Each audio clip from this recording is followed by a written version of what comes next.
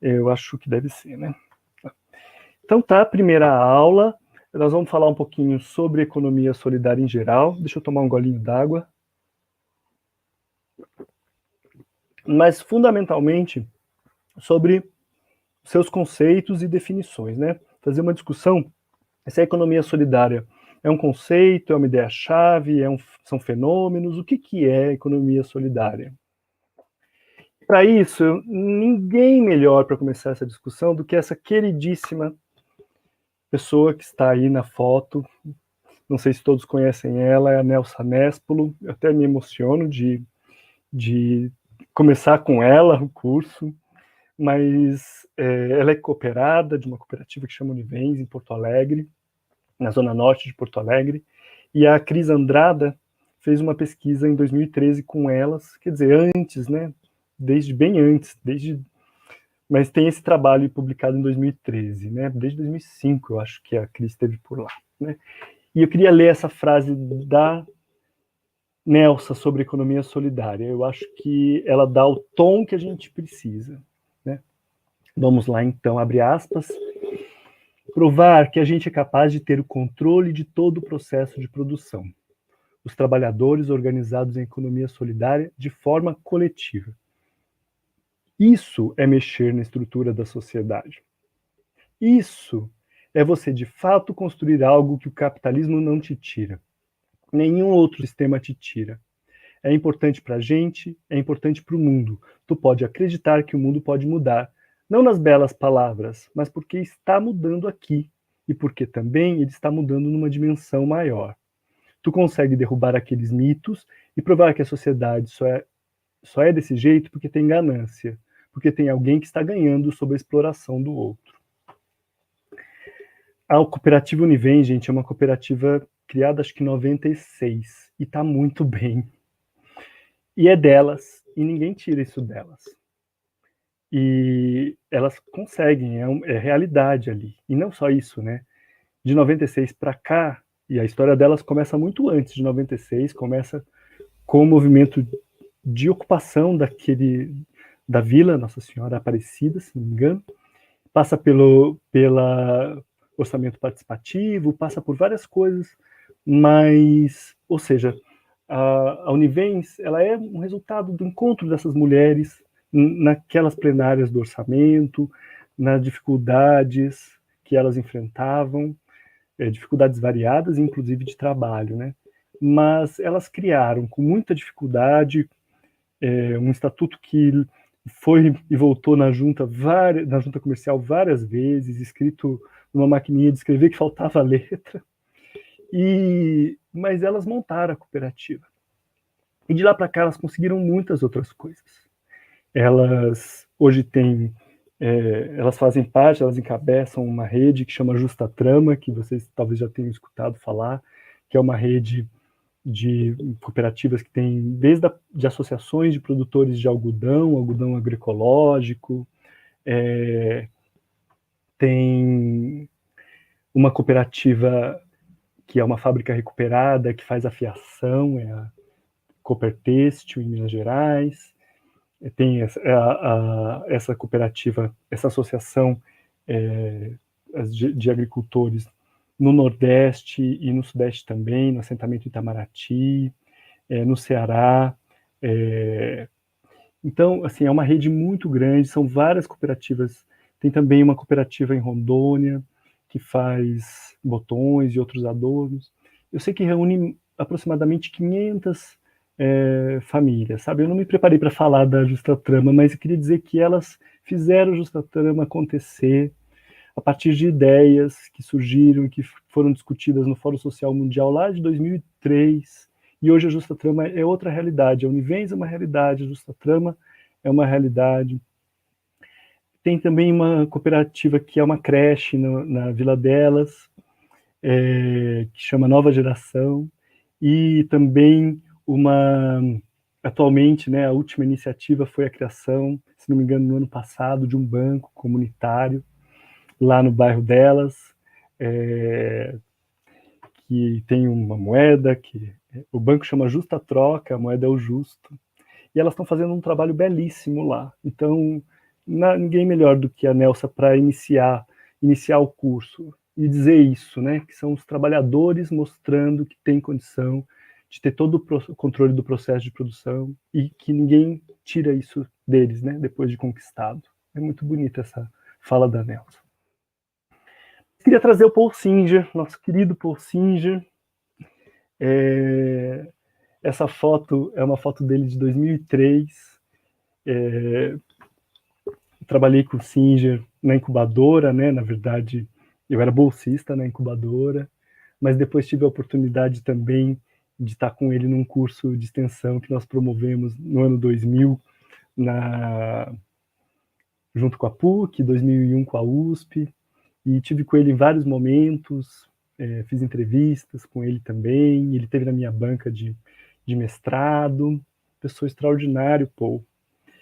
Então ele, mais que tudo, é um querido, um professor querido, talvez um amigo, pelo menos para mim foi. Né, estive com ele muitas vezes, inclusive em espaços pessoais, né? Então, mas o Singer foi uma pessoa muito importante para não só para a economia solidária se institucionalizar, mas para pensar a economia solidária também, né?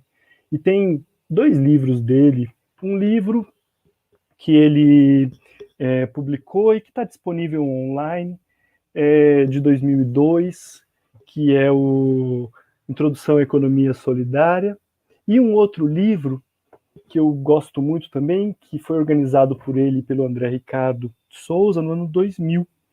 Deixa eu ver se é 2000 mesmo, acho que sim. 2000, que é a Economia Solidária no Brasil, a autogestão como resposta ao desemprego. Então eu peguei alguns trechos para trazer aqui para vocês. Só dizendo que esses livros ou são gratuitos, disponíveis, ou são muito baratos para comprar pelo estante virtual ou diretamente nas editoras, né? Então, fica aí a dica. Então, vamos falar um pouquinho com as palavras do Singer, né? Ele diz que a economia solidária é outro modo de produção, cujos princípios básicos são a propriedade coletiva ao associado do capital e o direito à liberdade individual. Essa fala de que a economia solidária é outro modo de discussão gerou tanto debate ao longo de uma década, tanto debate. Nós não vamos ter tempo de entrar nesse debate agora, mas ele é muito interessante. O que conforma um modo de produção? O que é que conforma? E o Singer, na forma como ele entende, nesses livros e em outros, tem um livro maravilhoso dele, que é Uma Utopia Militante, ele entende que o que conforma um modo de produção é a forma das relações entre as pessoas e das relações de propriedade dos meios de produção, de distribuição, de consumo, tudo isso. Ele entendia que realmente, se a propriedade dos meios de produção fosse coletiva ou associada, junto com essa liberdade que está colocada aqui, com certas características, você conseguiria mudar o modo de produção por dentro, nos interstícios do capitalismo. Por dentro do capitalismo seria possível transformar o capitalismo em outra coisa. Isso ele escreveu na Utopia Militante, que é um livro muito interessante. E claro que essa tese dele não é um consenso, né? É uma tese muito discutida e muito criticada, mas a gente também precisa entendê-la até para poder criticar, entender seus fundamentos, entender o que ele queria dizer com isso. Né? E ele continua, na verdade, antes, no ano 2000, nesse livrinho que eu mostrei para vocês, Economia Solidária no Brasil, ele diz, né, a economia solidária casa o princípio da unidade entre posse e uso dos meios de produção e o princípio da... Desculpa. A economia solidária casa o princípio da unidade entre posse e uso dos meios de produção e distribuição com o princípio da socialização destes meios, socialização do uso desses meios. O que ele quer dizer com isso? O que ele disse com isso aqui?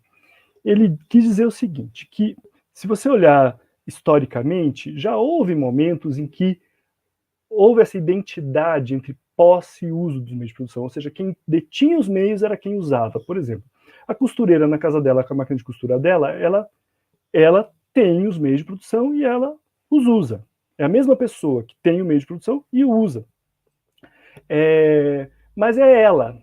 Eventualmente é a família, mas é um pequeno grupo. Na agricultura familiar isso é muito comum também.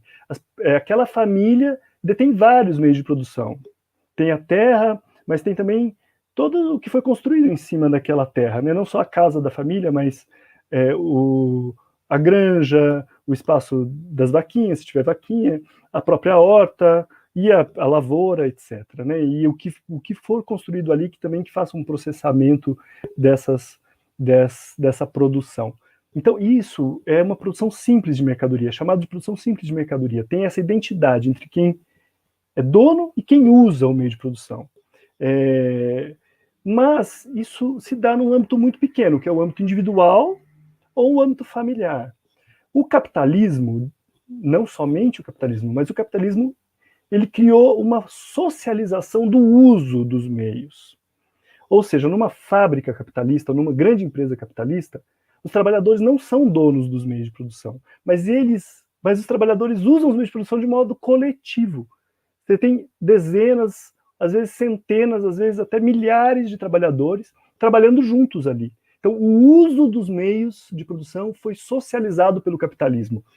Pode parecer estranha essa formulação, mas é isso mesmo. Os meios estão sendo usados coletivamente, porém, por pessoas que não são proprietárias nem controlam aqueles meios de produção.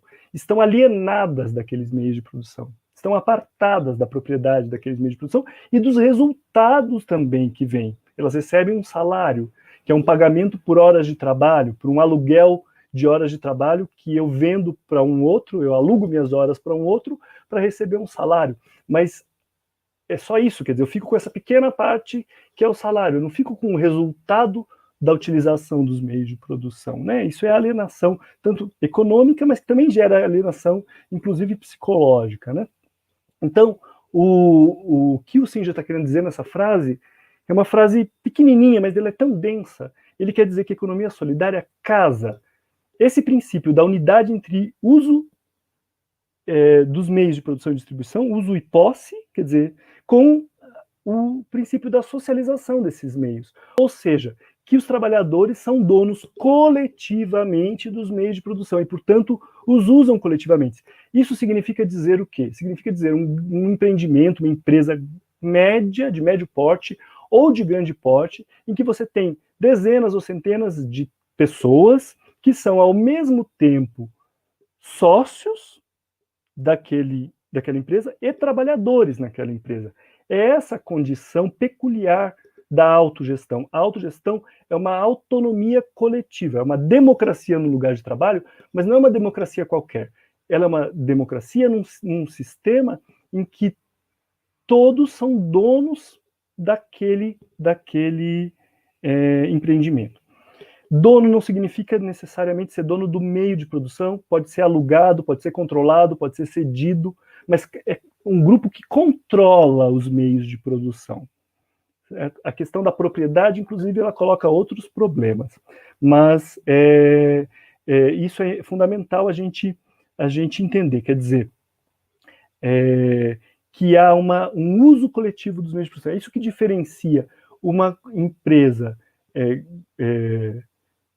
de porte médio, por exemplo. Vamos pensar uma empresa, uma fábrica, né? Uma fábrica em que os trabalhadores são empregados dessa fábrica e uma fábrica em que os trabalhadores são sócios trabalhadores nessa fábrica. Onde é que está o problema que pode aparecer aqui e que é grave, é bem sério, e isso gera uma série de outras repercussões?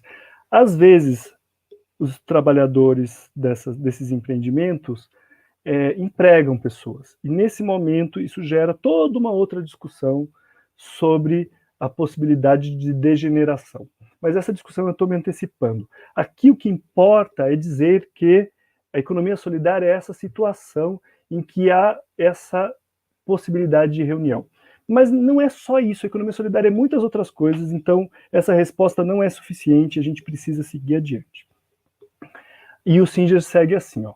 O modo solidário de produção e distribuição parece, à primeira vista, um híbrido entre capitalismo e a pequena produção de mercadorias. Mas, faltou um S ali, mas, na realidade, ele constitui uma síntese que supera ambos.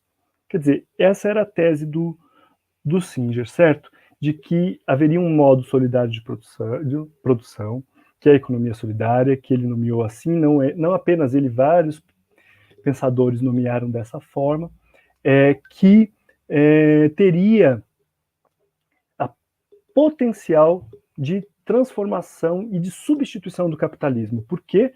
Porque é possível fazer qualquer coisa por dentro deste modo de produção solidária. É possível ter qualquer tipo de empreendimento, de empresa, é possível uma liberdade, inclusive, de empreender dentro desse modelo, certo? E por que ele é uma síntese que superaria a ambos? Porque ele tem a possibilidade de guardar os elementos de um e de outro que são interessantes. Ou seja, o elemento da unidade entre posse e uso, que significa dizer que todo trabalhador é dono e todo dono é trabalhador, que ninguém é empregado, ninguém vende força de trabalho, portanto não existe mercadoria força de trabalho dentro da economia solidária, não deveria existir mercadoria força de trabalho dentro da economia solidária, certo? E de outro lado, a coletivização desses meios de produção. Quer dizer, essas duas coisas são a mesma coisa na economia solidária, né?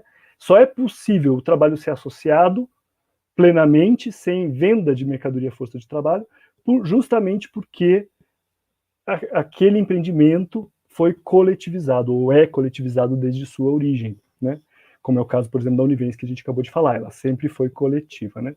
Mas existem também aquelas empresas que têm uma vida como uma empresa capitalista e, por várias razões, por vários motivos, geralmente por crise falimentar, passa para a posse dos trabalhadores, né? Os trabalhadores criam uma cooperativa para assumir aquela empresa. Então, nesse caso, há uma coletivização, né? Que pode ser tranquila, pode ter uma transição tranquila, uma sucessão, mas pode ser também com base em ocupação e outras formas, né? Atualmente existe um movimento muito forte de empresas recuperadas, principalmente na Argentina, mas o Brasil não fica muito atrás, não. O Brasil tem centenas de empresas recuperadas pelos trabalhadores. Tomar um golinho d'água. Então, a economia solidária é um conceito ou é um fenômeno ou são ambas as coisas, né?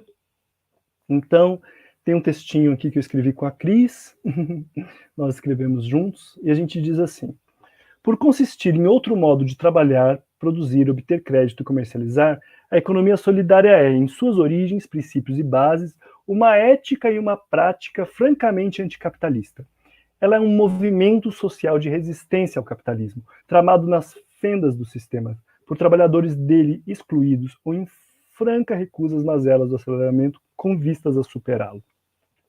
Essa é uma afirmação, claro que é uma afirmação forte, mas ela não é uma afirmação sem base. Ela tem por base o fato de economia solidária, ela aglutina, ela junta muitos movimentos. Então, desde as quebradeiras de coco de babaçu, os pescadores artesanais, a agricultura familiar, o movimento nacional dos catadores, ela aglutina lutas, os atingidos por barragens, os trabalhadores sem teto, os trabalhadores sem terra.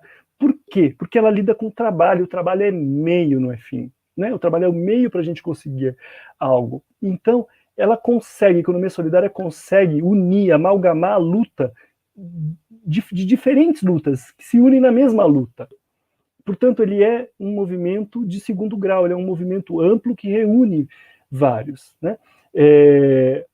Isso é muito interessante. O Fórum Brasileiro de Economia Solidária, que foi criado, se não me engano, em 2003, teve toda uma importância nisso também, em trazer esse debate, em possibilitar essa compreensão da economia solidária como um movimento social. Né? E aí o Singer, em comunicação pessoal, a Cris, disse o seguinte, né? A economia solidária só existe porque existe o capitalismo. O capitalismo é tão injusto que privatiza os meios de produção desde o início. Por isso há e sempre houve um movimento de resistência. Sim, ele está falando historicamente. Desde que o capitalismo surgiu, houve resistência ao capitalismo.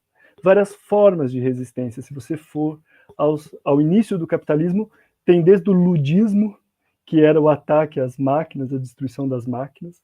A palavra sabotagem é uma palavra muito interessante que guarda essa história, né? Sabot era a sapatilha que se usava na Holanda, e as pessoas tacavam o sabor, a sapatilha, os trabalhadores, nos momentos de convulsão social, na máquina, ou seja, no meio da fiação, destruía a máquina. Né?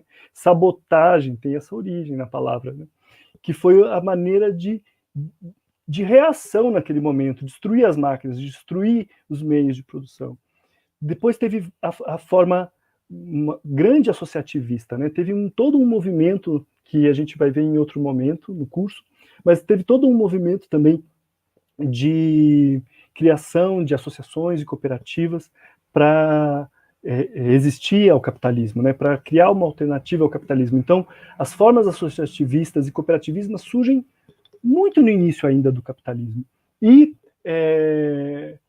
claro que aí o movimento sindical também, né? O movimento sindical com toda a luta pela regulação dentro do capitalismo, das relações de trabalho dentro do capitalismo.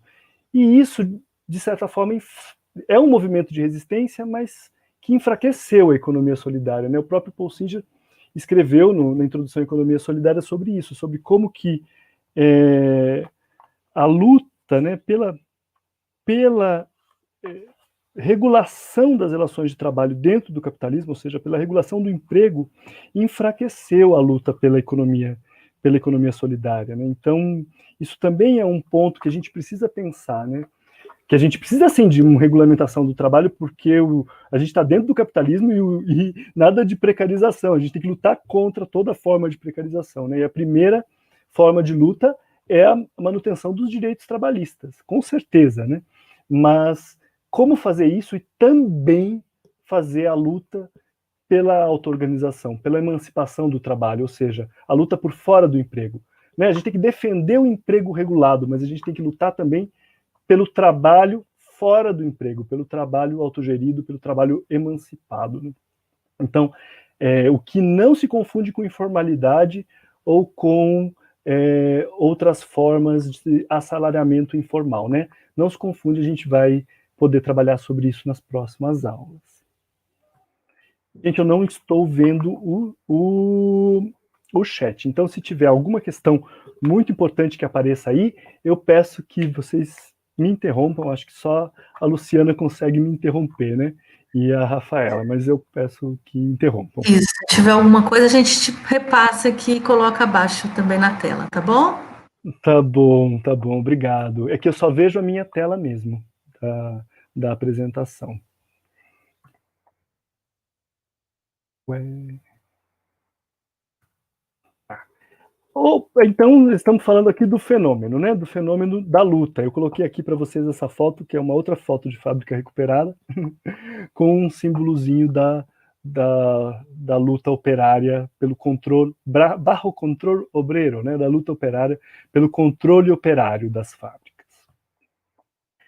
Como disse a Idalina Boni, uma outra trabalhadora do movimento, infelizmente em memória, né? Porque a Idalina nos deixou já faz alguns anos. Ela disse assim: o que a gente não quer de jeito nenhum é repetir o que está aí. Se não for para ser melhor que o capitalismo, não vale a pena. Não digo no começo de uma cooperativa que tu está te estruturando, mas depois tem que ser melhor. Melhor para a saúde, para as condições de trabalho, de vida de cada um. Né? Então, eu quis começar com a Nelsa, essa parte, e terminar com a Idalina, porque as duas falas se complementam, né? É aquilo que os trabalhadores estão fazendo. A revelia, né, gente? Vamos pensar. O lado mais precário é o lado que está inventando formas de resistir. Quem tem menos é quem está fazendo mais, né? Quem tem menos nessa história, que detém menos recursos, é quem está fazendo mais pela superação desses problemas.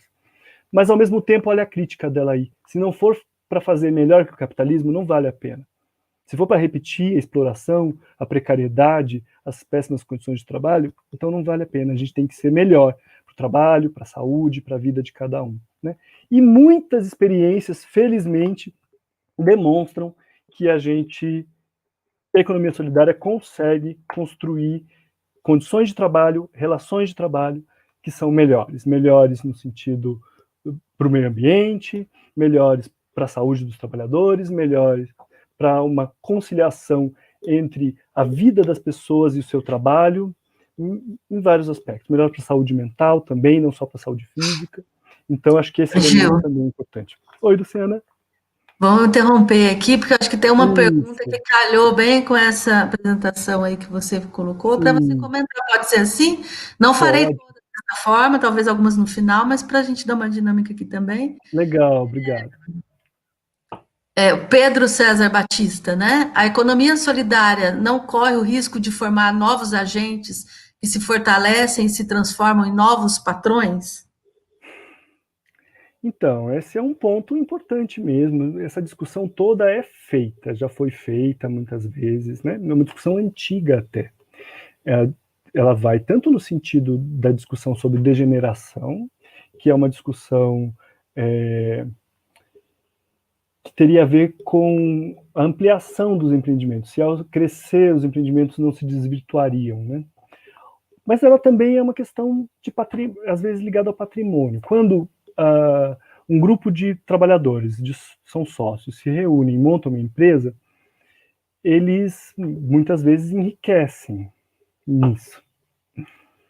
Vamos dizer, menos vezes do que poderia ser, mas às vezes acontece. Então, o que acontece? As cotas das empresas ficam caras.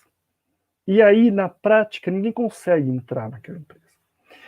Gente, mas isso é uma discussão que tem alternativas. Existem formas de rever isso. Agora, também existem tentações, né? Então,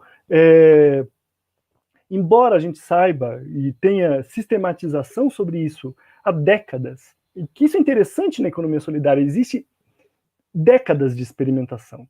Então, também existe décadas de reflexão a respeito disso. É muito interessante como é possível rever. Então, por exemplo, existem formas de você aumentar o patrimônio da empresa sem que isso aumente a cota de participação de cada um. Existem formas. Muitas vezes os trabalhadores não querem isso, porque eles entendem que aquela cota é uma reserva para o futuro. Então você tem que substituir essa reserva para o futuro por um fundo, por exemplo, por um fundo de aposentadoria, para evitar que o patrimônio que cresceu, e isso é bom, é um patrimônio coletivo, é um comum daquele lugar onde a cooperativa está instalada, porque a cooperativa não tem exatamente donos. No caso da cooperativa, se for uma cooperativa, pode ser uma fundação, uma associação, mas no caso da cooperativa que tem esse problema por conta das cotas de capital. Nessa situação, como fazer para evitar? Entende que, de um lado, é bom que a cooperativa cresça, que a empresa cresça, que aumente essa parte indivisível, mas, de outro lado, se a parte divisível cresce, ela pode levar junto a cooperativa para essa situação de degeneração. Então, existem muitas discussões, esse é um amplo tema de debate na economia solidária. Desde o socialismo evolucionário, que foi um contraponto que foi feito, né, que levou à criação da social-democracia. O Eduardo Bernstein, que faz essa crítica, que retoma essa crítica no início do século XX e que vai dar origem às formas de participação social-democratas, que eram contra a autogestão, né? Eles entendiam que o radicalismo da autogestão impedia o desenvolvimento do capitalismo, e de fato, né? Então, eles criaram essa tese de que era inevitável, que se as cooperativas cresciam, se as empresas dos trabalhadores cresciam, elas inevitavelmente iriam degenerar, né? E aí esse foi o caminho que levou à criação da social-democracia alemã, né? Então a gente tem que pensar também, porque tem suas verdades nisso. A gente tem que entender, caso a caso, por que isso acontece, né? Eu acho que é importante eu avançar um pouquinho aqui, mas a gente pode ir fazendo desse jeito. Eu acho que tá bom. Vou voltar então. Eu queria concluir esse argumento da economia solidária como movimento social de resistência. Então, é preciso caracterizar a economia solidária como um movimento de segundo grau, que atrai, põe em rede e aglutina trabalhadores de outros movimentos sociais com reivindicações e processos organizativos próprios.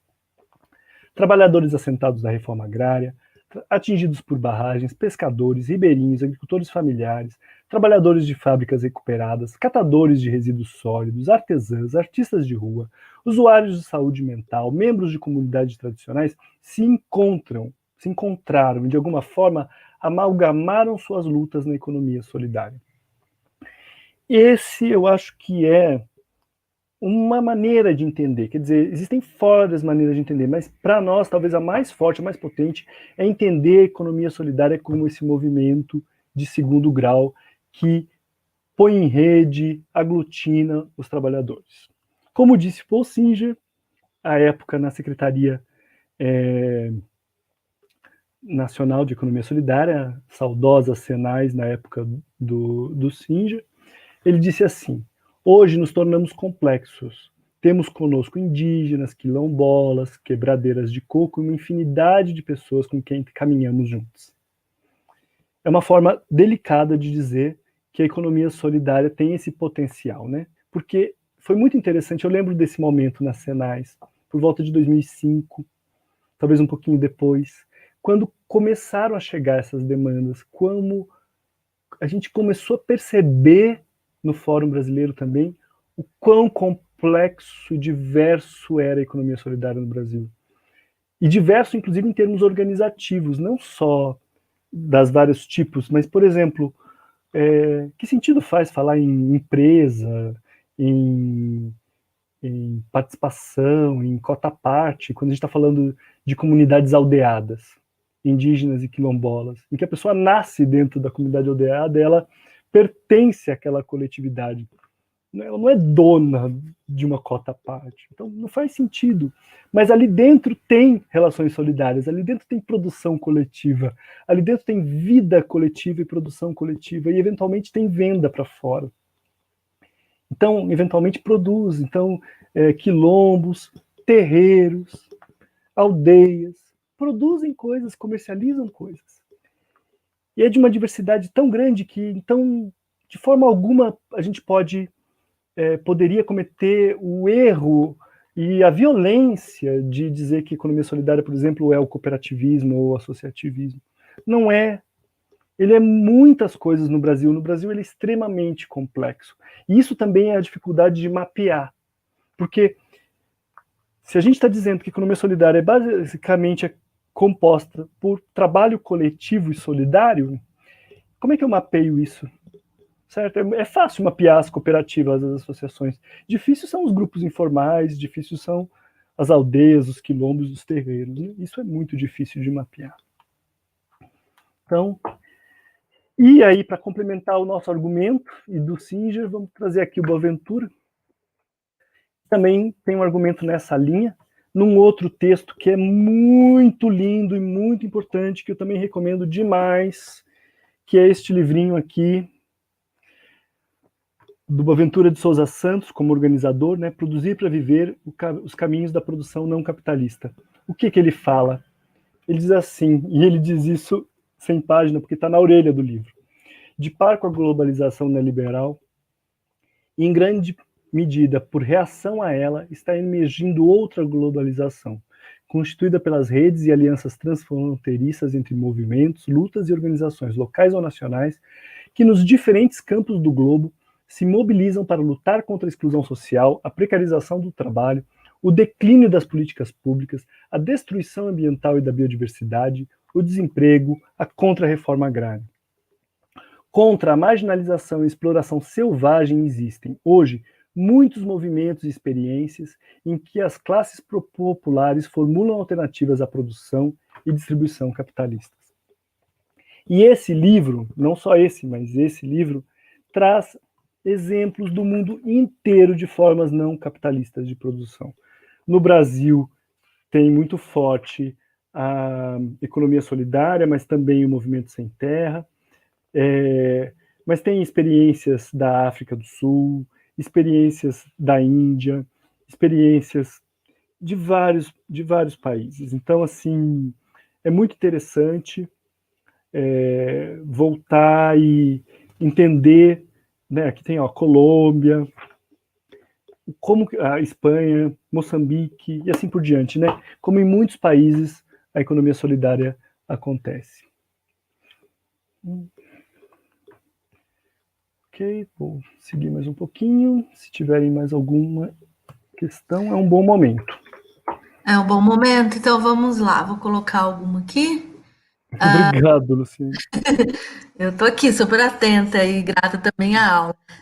Diego Veiga, quase todos os movimentos sociais estão aglutinados no movimento de Ecossol, menos o LGBTQIAP+. Seria uma invisibilização desse movimento? Olha, Diego, eu diria venham, que venham. Né? Tem muitas coisas muito interessantes na economia solidária. Cooperativas de profissionais do sexo, cooperativas de ex-profissionais do sexo, cooperativas. Porque a questão é como, o que dá identidade para as pessoas, como que as pessoas se organizam, o que tem a ver a condição de origem com o que dá identidade para o coletivo, com aquilo que as pessoas fazem, né? Tem muito a ver com o trabalho. Então, eu espero, não posso afirmar com todas as letras, mas espero que não exista uma discriminação das pessoas, do movimento, dentro da economia solidária. Isso pode acontecer porque pessoas são pessoas e, né, as pessoas têm seus condicionamentos de classe, de cor, de orientação sexual. Então, elas, com esses condicionamentos que nem sempre são conscientes, elas tomam atitudes que são graves, né? Ou podem ser graves, né? Inclusive de exclusão. Gil, se me permite, Sim, claro. sabe, o professor Joanes também, que é nosso colega na Associação Brasileira de Pesquisadores em Economia Solidária, ele tem alguns trabalhos, tem acompanhado essas questões, né? E eu até recomendo ao pessoal que está aqui também que visite a página, dê uma olhada na página dele lá dentro do site da BPS, do professor Joanes, e acompanhe também, né, uma bibliografia, uns artigos sobre isso, e tem algo que ele vai publicar em breve, né, que é um estudo mais detalhado sobre essa questão, inclusive fazendo essa análise entre os movimentos religiosos, né, dentro da economia solidária, e essa questão é muito interessante para a gente problematizar também, né? Mas está tudo aberto, né? Eu Eu vou mesmo aproveitar, Luciana, que eu consegui. fiz um acompanhamento também, né, de associação de travestis, né, para o trabalho, muito interessante também. Mas, desculpa, pode voltar aí, obrigada. Imagina, obrigado, Luciana. Eu vou aproveitar só que eu consegui, eu fiz de um jeito agora que eu consegui ver os comentários. Eu vou aproveitar para fazer um comentário aqui sobre a fala do Eduardo Reis. Agradecer primeiro a pergunta. Ele pergunta assim: é correto afirmar que Paul Singer acreditava que o elo conciliatório entre capitalismo e socialismo era a economia solidária? De forma alguma. Singer era muito crítico a isso, muito crítico. Ele estabeleceu ele achava absolutamente inconciliável o capitalismo e o socialismo. O que ele quis dizer é que a forma para alcançar um socialismo não será via uma revolução política. A revolução política não constrói o socialismo porque a revolução política não constrói as bases econômicas, sociais e culturais necessárias para que o socialismo aconteça. Isso ele escreveu no livro Uma Utopia Militante. Ele diz que precisa acontecer uma revolução social socialista, uma revolução que construa as bases, inclusive do pensamento, da sociabilidade, para que a gente possa viver um socialismo. Era essa a concepção dele.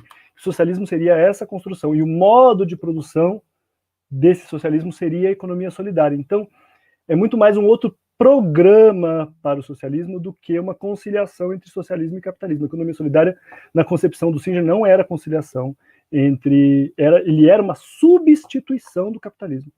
A economia solidária é uma substituição do capitalismo na concepção do Singer.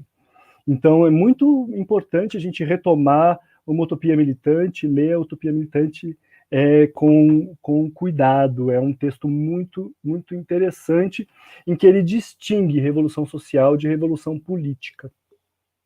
Ele não acreditava de que a revolução política por si só nos levaria ao socialismo, porque fazendo a revolução política, no dia seguinte você é obrigado a tocar as empresas da mesma forma como tocava antes. Certo? A autogestão não se estabelece de uma hora para outra, nem a cultura necessária para que ela aconteça. Isso aconteceu em inúmeros países que passaram por processo de revolução política na direção do socialismo ou do comunismo. Né? Muitos países reproduziram. Alguns inovaram, alguns fizeram formas intermediárias, formas interessantes, mas a maioria reproduziu as formas capitalistas. Né? Então, acho que é fundamental fazer essa diferenciação. A economia solidária era, de fato, uma possibilidade de substituição.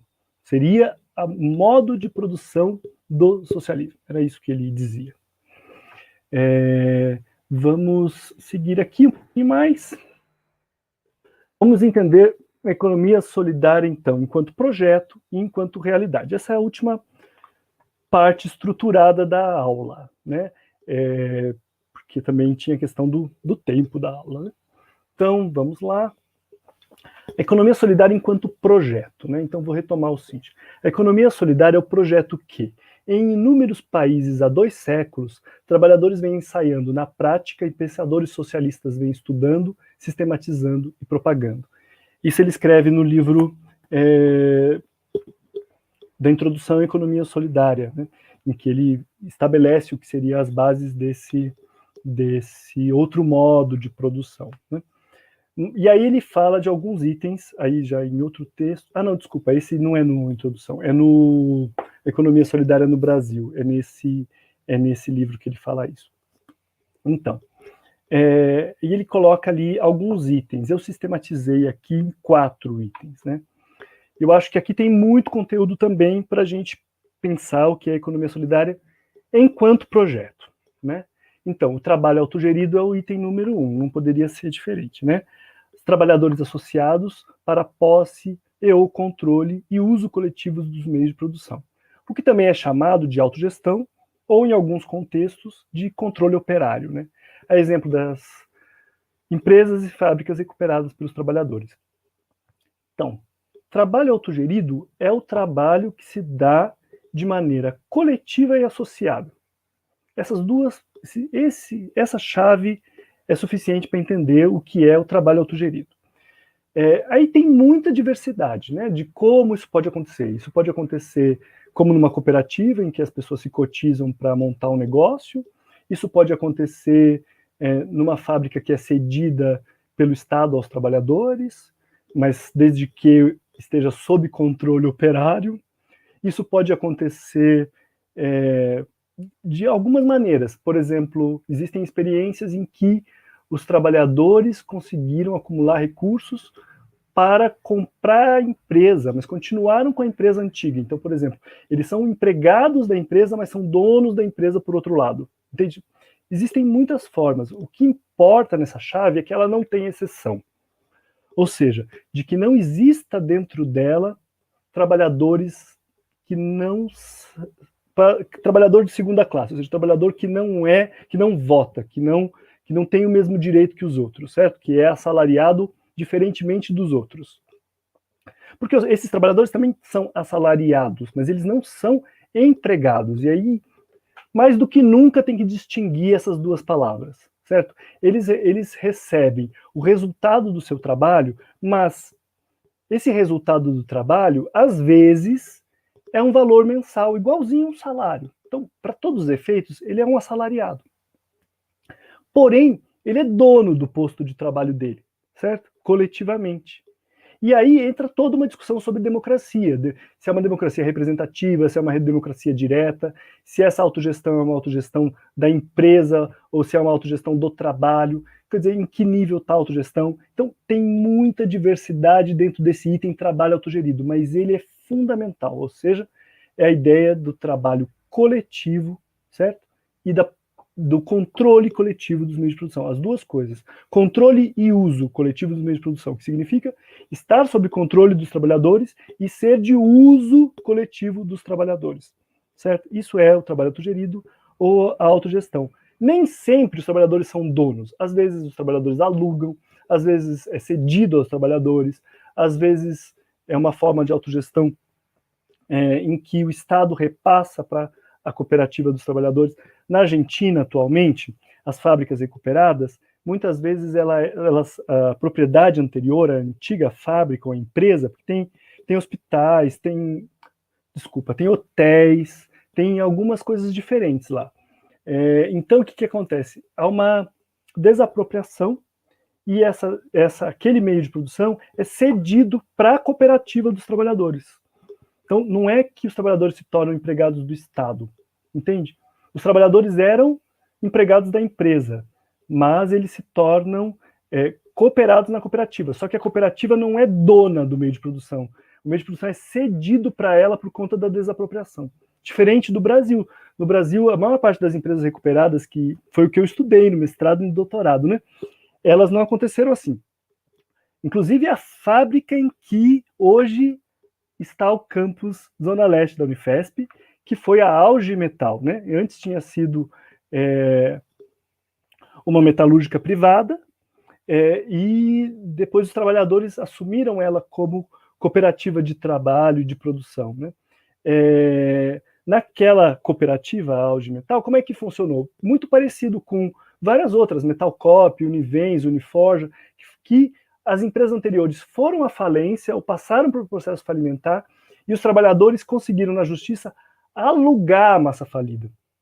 Então já é outro modelo. Então existem muitos modelos, muitas formas para como pode acontecer esse controle e uso coletivo dos meios de produção. Mas ele é um dos elementos fundamentais para entender isso aqui. Passado por ele, os outros também são fundamentais, gente, e menos falados. Então eu deveria dar mais atenção, inclusive, aos outros. A comercialização coletiva. O que é a comercialização coletiva? São os produtores associados para a venda de produtos ou serviços, a exemplo das cooperativas de produção e de comercialização. Então, esse também é um ponto muito interessante, às vezes ele é confundido com o primeiro, e tudo isso cabe dentro da economia solidária. Trabalhadores associados para a venda de produtos e serviços podem ser trabalhadores individuais, podem ser trabalhadores familiares. Por exemplo, na agricultura familiar isso é muito comum. Isso é muito comum que as pessoas se unam, os trabalhadores se unam para montar uma cooperativa em que a cooperativa revende os produtos. Então, os trabalhadores produzem, seja o leite, quaisquer tipos de produtos agrícolas, né? Cooperativas leiteiras são bem comuns, mas existem em vários setores. E a cooperativa revende isso, processa e revende, certo? Isso faz parte da economia solidária também, mas ela aparece na economia solidária nas cooperativas de reciclagem, aparece nas cooperativas de artesanato, aparece em várias cooperativas em que o trabalho não acontece dentro, não é coletivo, exatamente.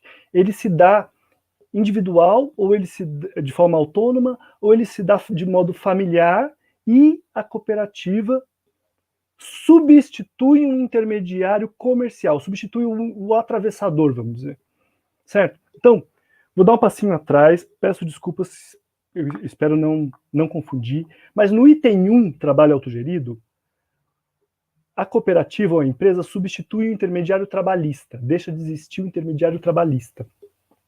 Os trabalhadores passam a aplicar o trabalho deles diretamente aos meios de produção, sem um intermediário trabalhista que fica com a diferença, certo? A mais-valia, sem mais-valia, certo? No item 2, a cooperativa ou a empresa solidária, ela substitui o intermediário comercial. Então é diferente, parece a mesma coisa, mas não é a mesma coisa. E às vezes é misto.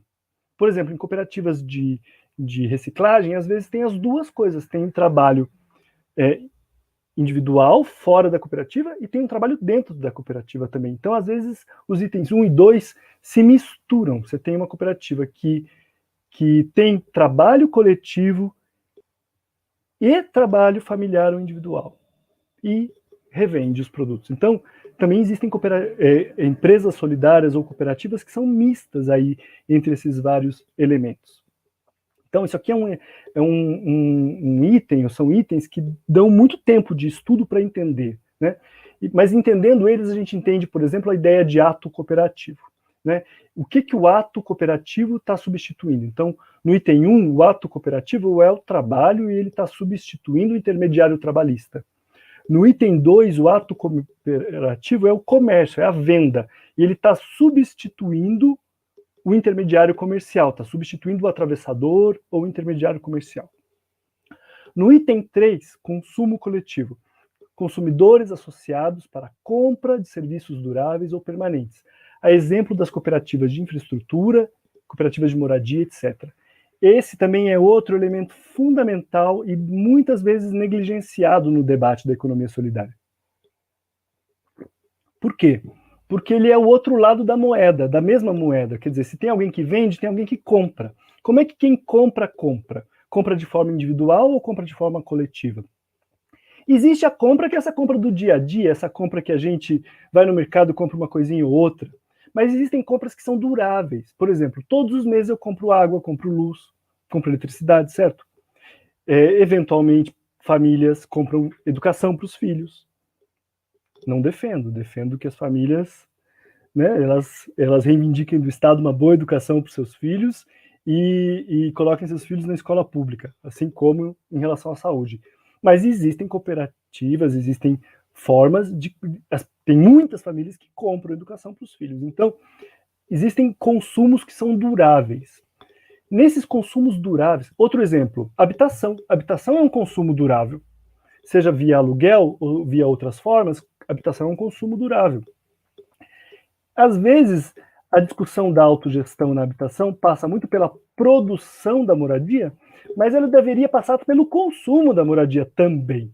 A produção da moradia é interessante discutir via autogestão, não tenho dúvida, mas o consumo da moradia é fundamental discutir pela autogestão e pela economia solidária. Boa parte dos exemplos que a gente tem no Brasil são cooperativas habitacionais que são, de certa forma, um consumo coletivo, mas da unidade. E depois que constrói a unidade, cada um comprou a sua, acabou a cooperativa, acabou a necessidade da cooperativa. Mas em outros países, exemplo do Uruguai, talvez seja um dos mais importantes, mas tem muitos países em que essa relação não termina. Ela continua como cooperativa de consumo enquanto a cooperativa existe. Por quê? Porque a propriedade continua sendo da cooperativa. E os cooperados compram a habitação da cooperativa.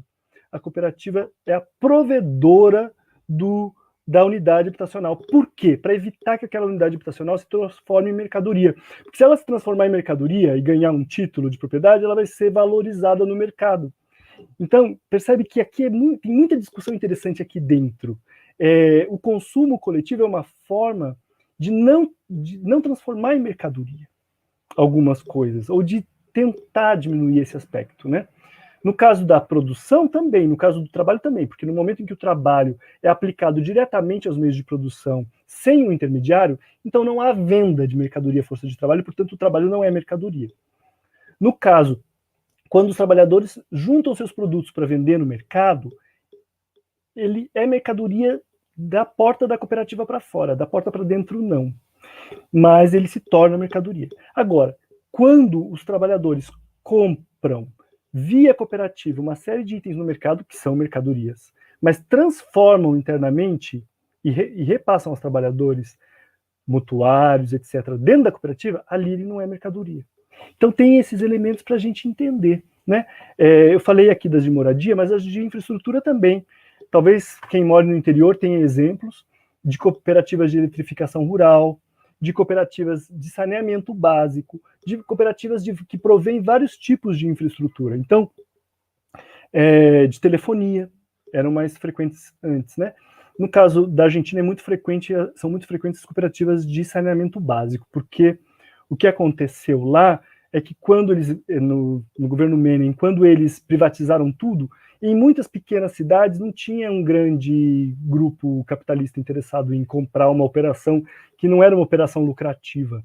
Então, os moradores da cidade se uniram e formaram cooperativas, e aí lá é muito frequente esse tipo de empresa, que é uma cooperativa de consumo de serviços de saneamento básico. Mas no Brasil é bem incomum, com algumas situações em que isso existe em alguns lugares, né? Mas isso seria uma opção muito interessante quando se fala em urbanização de alguns espaços, seria muito interessante pensar em cooperativas de provisão de infraestrutura, que são relações de consumo permanente. É um consumo, então, coletivo e, sobretudo, consumo permanente. É interessante pensar pela economia solidária. Então, esse é um elemento. E, por fim, o quarto elemento são as finanças solidárias, né? Então, os trabalhadores associados para a provisão de serviços de poupança e crédito por meio de fundos rotativos, bancos comunitários, cooperativas de poupança e crédito. Esse é outro elemento que está o tempo todo no debate, mas às vezes de maneira enviesada. Então é interessante a gente entender, primeiro, que existe, as cooperativas de crédito foram talvez as primeiras a existir, logo depois das cooperativas de consumo, porque elas surgiram mistas. Toda a cooperativa de consumo antiga era também uma cooperativa de crédito, porque as pessoas colocavam dinheiro, suas poupanças na cooperativa, porque elas não podiam colocar no banco, então elas colocavam na cooperativa e a poupança delas aumentava ali. Era cooperativa de consumo, mas fazia, às vezes, de cooperativa de crédito, porque elas guardavam a poupança, e ao mesmo tempo, isso capitalizava a cooperativa, mas começaram a perceber que eles podiam emprestar esse dinheiro também. E aí surgiram as cooperativas de crédito, isso lá por volta de 1850. Algumas cooperativas de crédito, no início do século XX, 1900, principalmente na Alemanha, mas também no Canadá, o sistema Desjardins, e também no Brasil, logo depois, em 1906, começam a surgir cooperativas de crédito com um modelo que é esse, você coloca o dinheiro, por isso ela não é só crédito, porque ela é poupança e crédito. Não existe cooperativa de crédito sem poupança. Quer dizer, a pessoa tem que colocar o dinheiro, que é o depósito à vista, ela coloca o dinheiro na cooperativa, e aí esse dinheiro pode ser emprestado para outras pessoas, o que é a intermediação financeira, intermediação normal, intermediação bancária, que a cooperativa faz, né? Então, para ter uma finança solidária de verdade, precisa ter esses dois lados, né? A gente tem uns arremedos, que são, por exemplo, os fundos rotativos, em que tem um determinado valor lá que é emprestado, aí volta, emprestado, volta, mas ele não pode captar recurso, então ele é limitado. E os bancos comunitários, eles têm uma tecnologia social muito interessante de funcionamento, mas na prática eles são um fundo rotativo com uma tecnologia de moeda social e etc., né? De microcrédito produtivo orientado, ou várias outras coisas que o banco comunitário pode fazer. Mas a base do banco comunitário é também um fundo rotativo, certo? Porque ele não pode captar. Só quem pode captar no Brasil é cooperativa de crédito, que tem esse nome meio atravessado, né? No caso dos países de língua hispânica, se fala cooperativa de ahorro e crédito, né? De poupança e crédito, que é justamente para dar essa noção de que é uma intermediação financeira. A cooperativa, ela capta a conta corrente, a poupança, os investimentos dos seus cooperados e empresta para outras pessoas. Aqui também tem muito estudo, gente, muito estudo. Tem estudos comparativos em cidades que mostram o que acontece com o dinheiro quando entra na agência do Banco do Brasil ou quando entra na agência lá da cooperativa de crédito do Sicob, do Sicredi, do Cresol, que são os sistemas cooperativos que existem no Brasil. Certo? Quando ele entra na agência do Banco do Brasil ou da Caixa Econômica Federal, o que acontece com esse dinheiro? Para onde ele vai? Entende? Quantos por cento dele é reaplicado no local e qual a porcentagem dele é colocado na Bolsa de Valores, é colocado em outros lugares, certo? E o que acontece com o dinheiro quando entra na cooperativa de crédito? Quanto por cento dele é reaplicado no próprio local, quantos por cento é aplicado fora do local? E o potencial que isso tem de desenvolvimento, de geração de desenvolvimento local. Agora, você olha a cooperativa de crédito do lado de fora, você enxerga um banco, porque a aparência dela é igualzinha a um banco. A fala dela, o discurso dela é um discurso de solidez, confiança, etc. Igualzinho a um banco. Por quê? Porque as pessoas têm que ter confiança de botar o dinheiro lá, né? Então, elas são muito similares aos bancos, embora elas são similares na aparência. Na prática, os estudos demonstram que 80% dos recursos nas cooperativas de crédito ficam no local e são reinvestidos em desenvolvimento local. Enquanto nos bancos, só 20% ficam. É exatamente o contrário. É muito interessante estudar isso aí. Verificar o que acontece com o dinheiro quando ele entra na cooperativa de crédito, quando ele entra na agência do banco nas cidades. Né? Como que o sistema financeiro suga o nosso dinheiro. O Brasil é impressionante nesse aspecto. O dinheiro nosso dinheiro desaparece, não é? Talvez mais em juros do que em mais-valia, atualmente. O montante de recursos, alguma coisa em torno de 20 a 25% do PIB brasileiro vai parar nessa história. Então é muito interessante a gente pensar sobre esses elementos também. Mas aqui, então, fazendo um resumo, né? O primeiro, no item 1, é a substituição do intermediário trabalhista pela empresa coletiva, pela autogestão, pela posse, controle e uso coletivo dos meios de produção. O item 2 é a substituição do atravessador, certo? É o ato cooperativo de comercialização, que substitui o intermediário, que no caso é um atravessador. No item 3, o ato cooperativo é o consumo, ou seja, as pessoas se juntam para consumir, e isso vale a pena principalmente para consumo de longa duração, consumo permanente, né? Não vale tanto, não é talvez tão importante para a compra do dia a dia, mas aí também aparece, por exemplo, atualmente tem experiências muito interessantes de redes de comercialização solidária, que reúnem campo e cidade, que juntam produtores e entregam direto para moradores das cidades. Eu acho que também tem um campo muito interessante para explorar de redes de consumo coletivo, também na questão da alimentação, da segurança alimentar, inclusive da soberania alimentar, né? Quer dizer, quem é que tem o produto, né? Só traçando um paralelo, né? Acho que em 2013 foi que teve uma situação de quebra da produção de algodão no mundo, né? Teve cheias, situações, assim, a produção caiu muito. E no Brasil a venda, o algodão estava todo vendido, porque no mercado de commodities de longo prazo já estava tudo vendido para a China, o algodão, e as empresas brasileiras ficaram sem algodão, porque já estava tudo vendido para a China. E a Justa Trama tinha algodão. A rede Justa Trama tinha algodão lá em 2013. E qual a mágica? Por que a Justa Trama tinha algodão? Porque ela compra por dentro dela mesma. Quer dizer, ela pagava mais e porque era uma comercialização solidária, ou seja, aquele algodão não era commodity, não era mercadoria simplesmente, era uma relação solidária dentro da rede. Então, só estou dando como exemplo, mas isso é possível também para outras situações, para situações, por exemplo, de soberania alimentar, para pensar soberania alimentar.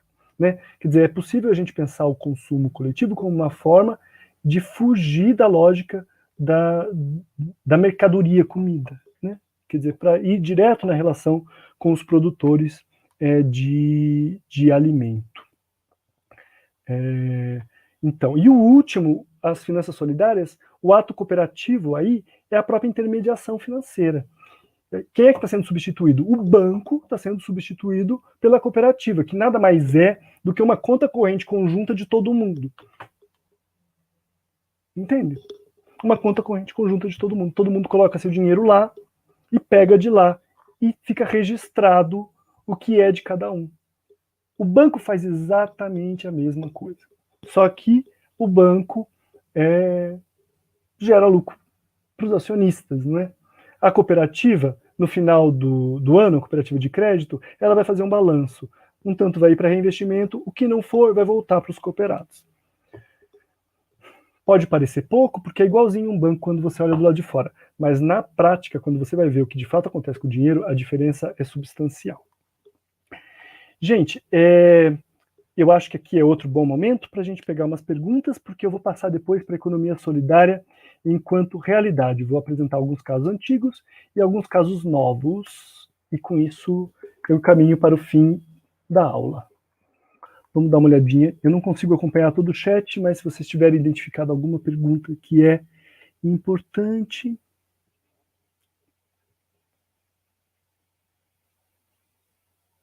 Então, aqui o Chesby Nascimento diz das cooperativas de crédito solidário, né? Então, cooperativa de crédito com interação solidária, exatamente, né? Mas mesmo as cooperativas de crédito tradicionais, elas podem ser muito similares a um banco, mas na prática elas não são. Elas parecem que são. Elas reproduzem os aspectos do sistema financeiro, mas a cada ano elas pegam aquele excedente que foi gerado lá, e em vez daquele excedente ser configurado como sobra e destinado aos acionistas, aquele excedente volta para os cooperados que aportaram dinheiro ou que fizeram operações com a cooperativa. Então, embora elas sejam muito similares com o banco, o que acontece com o dinheiro lá é que ele não gera lucro, ele é devolvido aos cooperados que fizeram operações com a cooperativa. Agora, como é a forma dessa devolução? Vai depender da democracia interna de cada cooperativa. E aí é participação, aí não tem milagre, aí é a participação das pessoas na cooperativa. Se ela só se associou na cooperativa e nunca participou de nada, ou se a cooperativa não abre as portas para ninguém participar de nada, aí é uma questão da discussão da democracia. O problema não é a cooperativa, mas o modelo de gestão, certo? A forma de governança daquela cooperativa de crédito especificamente falando.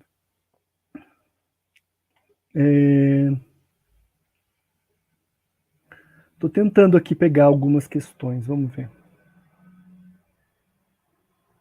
O que é crédito trabalhista do GUS? É usado para formar uma cota de capital da cooperativa para novos trabalhadores. Estava no texto do síndico. Não, em alguns casos, no Brasil, sobretudo nos processos falimentares, os trabalhadores usaram créditos trabalhistas, que é o passivo trabalhista das empresas, ou seja, as empresas foram à falência e não pagaram os passivos, não pagou a multa rescisória, não pagou as férias das terceiras, coisas acumuladas dos trabalhadores, certo? Ficou aquele passivo. Então, algumas vezes, em alguns casos, os trabalhadores conseguiram obter esse crédito trabalhista, por quê? Porque algum bem foi a leilão, esse dinheiro tem que vir de algum lugar, né? Então, algum bem foi a leilão, alguma coisa assim, e os trabalhadores recuperaram esse valor. Nesse momento, aquele passivo da empresa se tornou um crédito trabalhista para os trabalhadores. E aí eles fizeram essa operação de compra. Isso aconteceu em alguns poucos casos. O melhor exemplo, talvez o mais bem estruturado, foi o da Uniforja, a compra do passivo, a compra da massa falida da antiga Conforja, em Diadema, pelos trabalhadores via um empréstimo do BNDES, que possibilitou esse giro, ou seja, os trabalhadores possibilitou esse giro. Os trabalhadores, a cooperativa pegou o dinheiro emprestado, a massa falida levou a leilão as instalações, as máquinas, os equipamentos, aí a cooperativa tinha o dinheiro para comprar, né? Então ela foi lá e comprou no leilão, era um dos poucos interessados, comprou no leilão.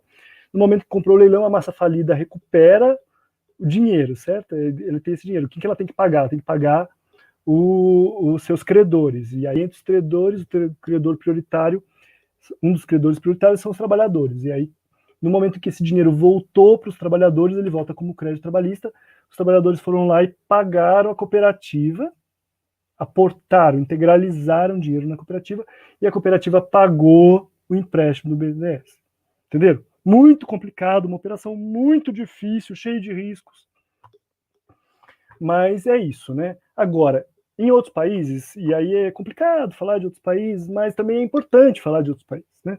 Por exemplo, no Quebec, existe uma forma que eles chamam lá de cooperativa de participação acionária, que permite que os trabalhadores acumulem o seu crédito trabalhista na forma de cota da cooperativa. E a cooperativa, quando alcança um valor que é maior do que 50% do valor da empresa em que os trabalhadores trabalham, a cooperativa adquire, não só compra as cotas da empresa ela já veio comprando, mas adquire o assento, a gestão da empresa, e ela vai fazendo esse processo, entende? Então, lá eles têm uma lei que regulamenta isso, que possibilita que os trabalhadores acumulem esse dinheiro que os empregadores vão pagando todo mês, ou ficam devendo todo mês, na forma de uma cooperativa de participação acionária. A diferença de outros países em que existe algo parecido é que, no caso do Canadá, do Quebec especificamente, a cooperativa que é dona das ações da empresa, e não cada trabalhador. Não é um sistema tipo ISOP dos Estados Unidos, um sistema em que os trabalhadores ganham ações da empresa em que eles trabalham. Não, é outro modelo. É um modelo em que a cooperativa vai recolhendo na própria origem o dinheiro dos créditos trabalhistas, e a cooperativa vai comprando a participação na empresa. Quando a cooperativa atinge mais de 50%, os trabalhadores se tornam controladores da empresa. Lá ela é muito usada, esse mecanismo, ao ponto de que o Quebec é o país com a maior participação, o país não, né, mas é a região do mundo com a maior participação de economia solidária, né, com quase 30% da economia em economia solidária. Inclusive com uma cooperativa de crédito que chama Caisse d'Économie Solidaire do Québec, Caixa de Economia Solidária do Quebec, que faz a gestão de muitas dessas cooperativas de participação acionária. É muito interessante o caso do Quebec, como um caso de transição entre capitalismo e esse tipo de socialismo via economia solidária. O Quebec tem muitos exemplos e tem essa lei que possibilita isso. É muito interessante porque é uma lei de sucessão. Ela permite que os trabalhadores comprem as empresas dos seus donos anteriores. Mas mais do que isso, às vezes é tomada hostil da empresa. Os trabalhadores tomam a empresa dos antigos donos. Às vezes não. Os antigos donos às vezes ficam como uma espécie de consultor do negócio, alguma coisa assim. Mas tem na lei que os trabalhadores podem se tornar donos das empresas. É um dos poucos lugares em que existe esse tipo de relação. Vamos ver aqui. Laura Dias, não entendi como funciona a cooperativa de moradia. Olha, Laura, existem vários modelos de cooperativa de moradia. Existem as cooperativas de habitação em que as pessoas se juntam, compram uma cota daquele empreendimento, vão pagando ali mensalmente e uma construtora constrói, é o modelo mais tradicional. Quando termina a construção, é feita a escrituração no nome de cada uma das pessoas, esqueci o termo técnico disso, e aí você tem a escritura, a propriedade daquele imóvel, e aí a cooperativa acaba, ou pelo menos aquele empreendimento da cooperativa acaba, e cria-se um condomínio ali. Esse é um modelo talvez o mais comum no Brasil. O responsável por isso foi sobretudo o governo militar, que era o que eles aceitavam que existisse de cooperativa de habitação no Brasil, era isso aí. O problema é que isso virou sinônimo de cooperativa de habitação no Brasil por um bom tempo. Existem as cooperativas de habitação em que as pessoas se juntam para construir as suas casas em regime de autogestão, de mutirão, às vezes com compra de parte da mão de obra, às vezes com 100% da mão de obra dos próprios mutuários da cooperativa, né, dos próprios cooperados da cooperativa, claro, com a compra dos materiais de construção, mas com o aporte de força de trabalho na cooperativa. E essas cooperativas, então, produzem aquelas unidades habitacionais, mas também produzem o bairro ali, né, produzem a quadra, produzem o ao redor ali. E um pouco de infraestrutura urbana também daquele local. Mas, ainda no Brasil, a maioria dessas cooperativas também se extingue quando acaba a construção, por conta dessa ideia de que a gente tem forte da propriedade privada, né? Então, tem uma pressão dos próprios cooperados de querer ter a sua unidade, né? A escritura da sua unidade. E o que acontece é que, geralmente, então, é criado um condomínio ou algo do gênero, e ao longo do tempo essas pessoas acabam, por uma valorização imobiliária daquele bairro, daquele local, eles podem vender aquilo, né? Então a cooperativa acaba sendo usada, embora ela seja muito interessante do ponto de vista da produção da unidade habitacional, ela também está produzindo mercadoria, né? Então, e existem experiências também no Brasil, mas principalmente fora, em que a cooperativa nunca deixa de existir, ou seja, em que as unidades são da cooperativa, a cooperativa consegue recursos para a produção das unidades, mas não são os cooperados que conseguem recursos para comprar, é a cooperativa que consegue recursos para produzir, é diferente, certo? Porque se é o cooperado que consegue recursos para comprar, tipo financiamento imobiliário, o sistema financeiro da habitação, então na prática não tem alternativa, lá no fim vai ter que ter uma escritura. Então tem que ter um modelo em que não depende do sistema financeiro da habitação, que é muito difícil no Brasil, né? Mas, então, existem situações em que a cooperativa continua existindo, ou seja, em vez de ter um condomínio, fica a própria cooperativa, e a cooperativa aluga, entre aspas, por quê? Porque está alugando aquilo que já é do sócio, né? os sócios são donos da cooperativa, mas eles não são donos de cada unidade sua. Então, portanto, a cooperativa aluga essas unidades para os seus sócios. Com isso, evita-se que aquilo se torne uma mercadoria que possa ser revendida, certo? O cooperado, nesse caso, ele pode ceder essa unidade de volta para a cooperativa, ele vai ser ressarcido do seu investimento, mas não é a mesma coisa da valorização imobiliária que aquela unidade teria. Ou seja, é complexo, mas existem vários modelos diferentes, eu talvez esteja complicando, mas existem 3, 4 modelos diferentes de cooperativa habitacional. Nós vamos discutir, vai ter uma aula com o professor Kazuo Nakano, que vai discutir essas experiências no Brasil e vai trazer gente do movimento Sem Teto para discutir junto como é que isso tem acontecido na prática no Brasil atualmente, né? Nesse aspecto, meu conhecimento é mais teórico e eu visitei, conheci muitas, mas não é o meu objeto de estudo propriamente e nem de militância, assim, embora eu tenha muita vontade de me aproximar desse tema atualmente. Né? Então, só explicando, no caso das cooperativas de habitação, elas podem ser mistas, elas podem ser ao mesmo tempo de trabalho, porque as pessoas estão colocando seu trabalho lá, então tem uma autogestão, uma cooperação na forma de mutirão, de algo assim, né? Mas elas também podem ser cooperativas de consumo, porque os cooperados estão se juntando, aquelas pessoas, os trabalhadores estão se juntando ali para não só para produzir a unidade, mas para consumir, né, como quem consome um condomínio, entende? Para consumir a moradia, para ter acesso e, né, direito à moradia. São modelos diferentes, a gente tem que pensar nisso. Mas aqui a ideia era mostrar para vocês esses vários tipos e como que no conjunto isso aqui dá conta de tudo que é necessário. Ou seja, pegando esses 4 itens que estão aí do lado de vocês, não sei para que lado eu tenho que apontar aqui, é possível ter qualquer tipo de empresa. Não tem nenhum tipo de empresa que não caiba aí dentro. E formas de empresas, inclusive, que no capitalismo não existem. Porque as empresas no capitalismo existem para produzir mercadoria.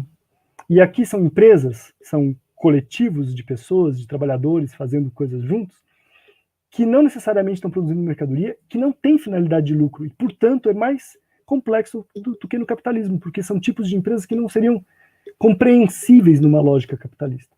Né? Algumas podem conviver no capitalismo normalmente, outras correm à margem, outras competem com o capitalismo, mas outras não competem com o capitalismo porque não estão falando a mesma língua. Agora, competem na substituição. No momento em que você substitui a aquisição, a compra de uma unidade habitacional de um produtor privado por uma cooperativa de habitação, você está substituindo o capitalista, está concorrendo com ele. Mas é uma concorrência diferente, uma concorrência por de onde você compra, mas não é uma concorrência em termos de mercadoria, porque a cooperativa não está vendendo a mercadoria, a unidade habitacional no mercado, ela não faz isso, ela não vende esse produto. Ela produz para o sócio, ela não produz para o mercado, produz para o sócio. Da mesma forma, vários outros tipos de cooperativa também faz essa situação. E isso acontece há muitos anos em muitos países. Então, eu queria falar aqui. Tem uma perguntinha ali do Reneivo Gonçalves, moradia como serviço, posso mudar de local de trabalho? Então, no caso do Uruguai, pode, porque como o movimento, a FUNCVA, que é uma federação de cooperativas de vivenda por ajuda mútua, tem muitas cooperativas no país inteiro, tem quase 20% da população, então é fácil, né? Você troca, né? Você devolve a cota aqui e pega a cota lá no outro lugar. Claro que isso vai depender de ter unidade disponível, tudo isso, não é tão simples assim, mas em tese pode. Porque não é que você não tenha direito a nada, você tem direito sim, você tem direito à sua cota na cooperativa, a sua parte na cooperativa. O que você não tem é uma escritura para não transformar aquela unidade em mercadoria. Entendeu? Eu estou falando do Uruguai. No Brasil, geralmente é escriturado, porque geralmente é financiado com sistema financeiro da habitação. Então, no Brasil é diferente. Eu acho melhor eu parar de fazer confusão e vocês assistirem a aula do Kazuo. recomendo que vocês assistam a aula do Cazu. Não entendi como funciona. Não, aqui é outra coisa. Tá. Tem alguma outra pergunta que seja assim muito importante que a gente, porque tem muita gente, eu não vou conseguir responder todas, senão eu não avanço aqui. Mas se tiver alguma outra assim, tá, vou avançar. Vou tomar um gole d'água e vou seguir para o próximo slide.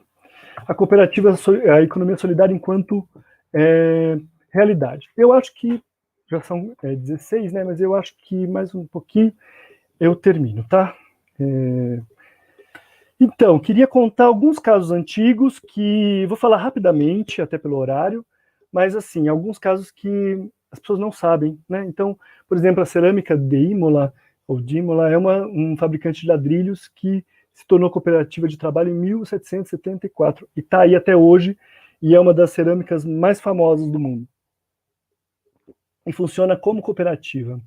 Existe um estudo da Virginie Perotin que mostra que as cooperativas de produção e de trabalho são muito mais longevas, são as empresas mais antigas, muito mais longevas que as empresas, que as similares capitalistas, que as congêneres capitalistas. Elas existem por muito mais tempo. O que ela quer dizer é assim, as cooperativas são mais difíceis de criar, mais difíceis de estabelecer, a maior parte delas dura pouco, a maior parte das empresas dura pouco também, mas depois que elas se estabelecem, elas são muito longevas. Claro que essa é insuperável, a cooperativa de Imola é insuperável. Outra também insuperável é a Zeiss. A Zeiss, que é uma marca famosíssima de lentes, né? Para microscópio, para telescópio, para um monte de coisas, para óculos. Zeiss é famosíssimo, né? E Zeiss, desde 1891, é de propriedade dos trabalhadores, por meio de um trust, que é um arranjo desses de propriedade. Mas 100% dos trabalhadores fazem parte do arranjo, tá? Então não tem trabalhadores por fora desse arranjo. No Reino Unido tem essa John Lewis Partnership, que é uma rede de supermercado, e existe desde 1929, e emprega, né, trabalham lá mais de 80 mil trabalhadores, também em regime de democracia econômica.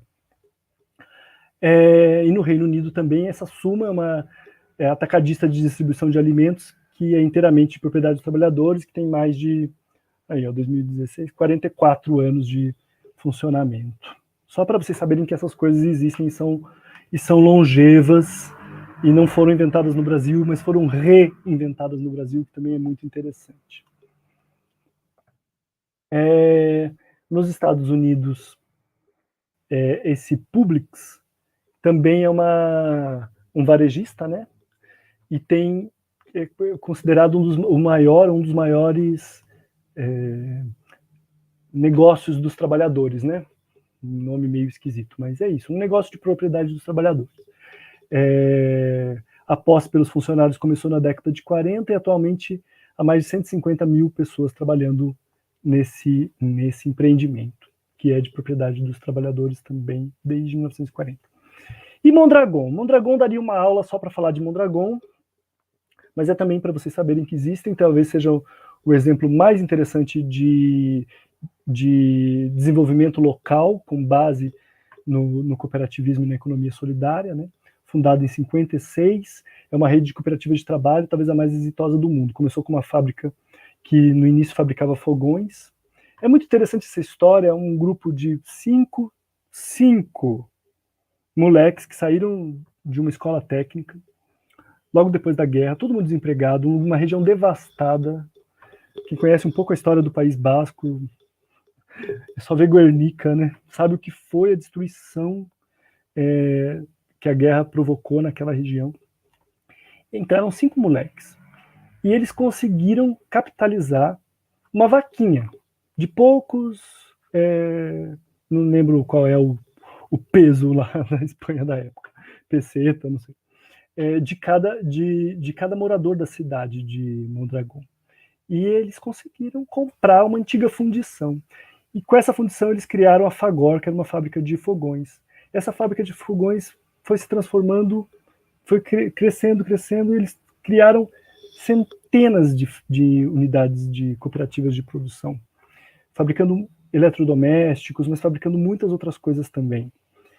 Hoje ela conta com 100 cooperativas de trabalho e, assim, para entender o sucesso de Mondragon, precisa compreender a Caja Laboral Popular, que é essa cooperativa de crédito, que é a instituição financeira do complexo, porque ela que permite que as cotas-partes não se valorizem, o que pode parecer uma ambiguidade, mas não é. Eles criaram um modelo lá em que os cooperados, a cota dos cooperados é baixinha de propósito, e eles refletem o valor do capital, em vez deles aumentarem a cota parte, eles fazem um fundo para aposentadoria, um fundo de pensão. Então eles vão depositando nesse fundo de pensão e assim eles mantêm o valor baixo. Ou seja, Mondragon é indivisível, Mondragon é da região de Mondragon. Mondragon não pertence aos trabalhadores diretamente. Está sob controle dos seus trabalhadores, milhares e milhares de trabalhadores, mas é como uma fundação, ela pertence a si mesma. Ela não é divisível. Aquele patrimônio todo é de uso dos trabalhadores, ele pertence àquele lugar, não pode ser vendido, não pode ser transportado, não pode chegar uma empresa chinesa e comprar, porque não tem como ser vendido aquilo. Pode vender o patrimônio, pode liquidar a cooperativa e vender o patrimônio, mas não pode vender a cooperativa, né? E a Caja Laboral é muito importante para entender como eles conseguiram fazer esse mecanismo que associa as cotas partes com o fundo de pensão. A gente fala disso no Brasil há 20 anos, mas é uma conversa que ninguém escuta, assim, muito complicada. A maior parte das cooperativas que crescem no Brasil, as cotas partes valorizam e aí isso gera os problemas que já são bem conhecidos. Mas é bem interessante como esse exemplo é um exemplo muito potente que vale a pena estudar, vale a pena conhecer. Fica aqui o incentivo que vocês busquem informação sobre Mondragon. E aí eu queria falar um pouquinho dos dados do IPEA de 2016 para o Brasil.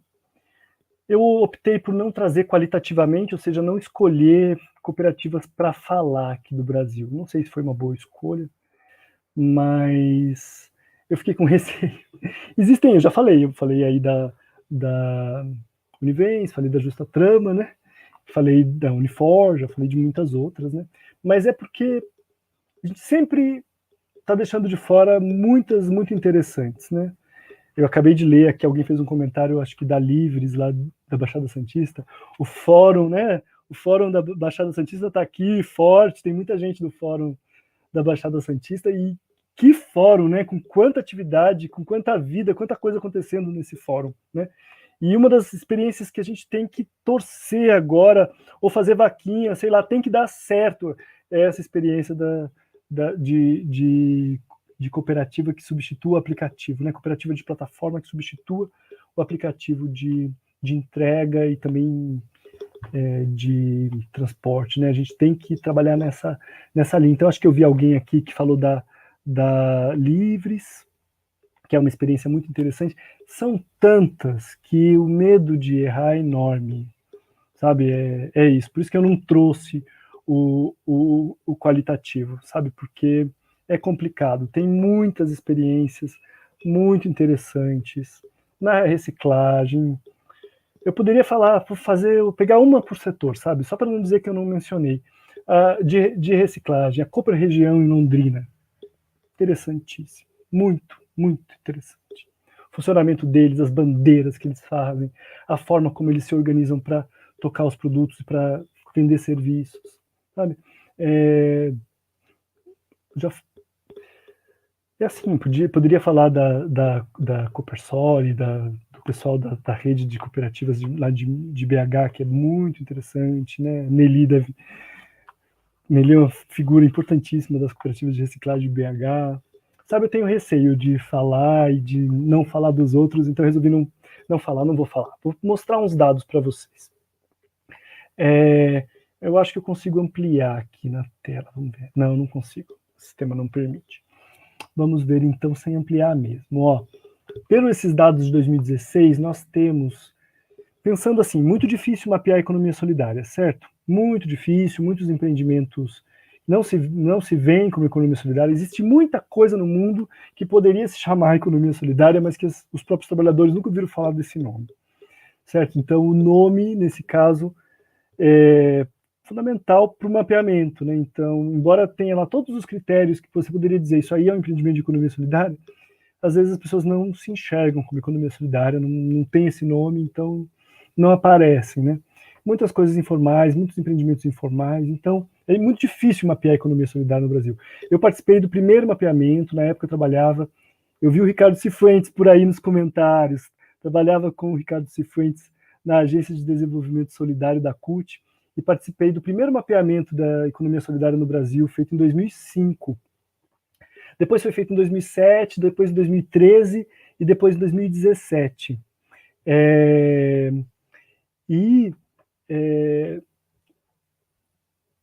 Eu sei a dificuldade que é mapear a economia solidária, mas assim, vamos ficar com a informação que a gente tem do IPEA.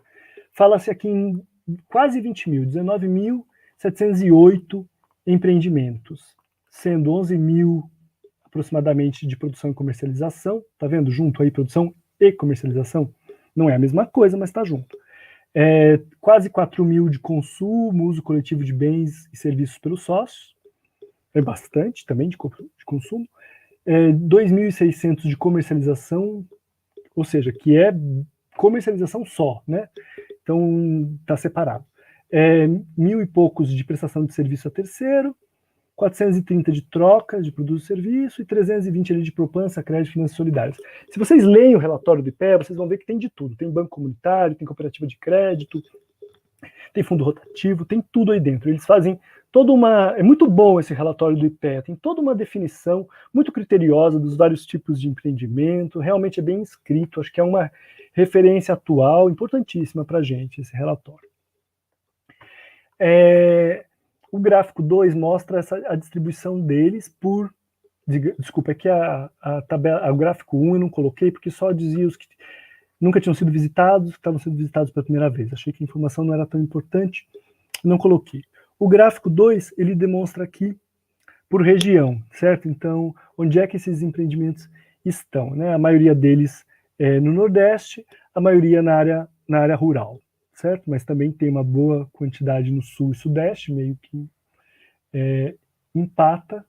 Não, desculpa, tem algo errado aqui. Tem Nordeste 2 vezes nesse gráfico. Deve ter alguma coisa errada aqui. Vou ter que voltar no... Não é? Eu não tinha reparado nessa ambiguidade aqui na informação. Talvez não seja correto esse dado. Vou ter que voltar nesse dado aqui da região. Tem um outro lugar que fala das regiões, então talvez complemente. Ali, a maioria rural, ó. Rural, urbano, rural e urbano, né? Mais de 50% dos empreendimentos de economia solidária na área rural, o que, para quem conhece economia solidária, sabe que é fácil de perceber que isso acontece realmente, né?